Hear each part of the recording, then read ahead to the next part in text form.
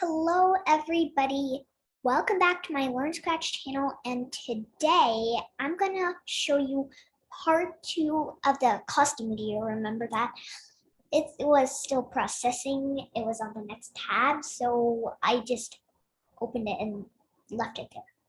So while it's processing, I'm going to show you part 2.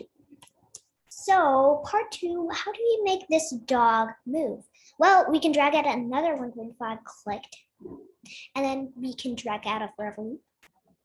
And we can do 10 steps, move 10 steps.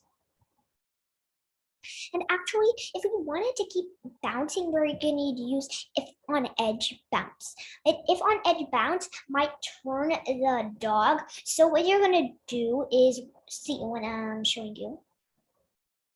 Look at that. See, it's kind of like bouncing on like kind of like a ball. It's kind of like going upside down and walking, but we don't want it to do that. We want to turn and make it turn and walk to the other side. How do we do that? Well, when you scroll down in the motion block, there is a set rotation style to left right. It is not left right. It's like all around. It's kind of like that. So in this direction thing, you will see that these things, and we wanted to do all around because maybe we can do left, right. We can do left, right, not all around. But just in case, if you want to put all around, it can be everywhere. It can keep going everywhere. But if it's left, right, and if it sets it to left, right, then it's going to be here.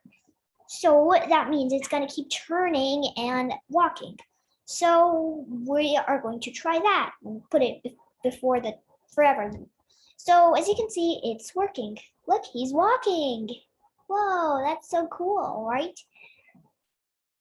So that was the amazing costumes video in Scratch, how to use costumes in Scratch, part 2, making the dog move.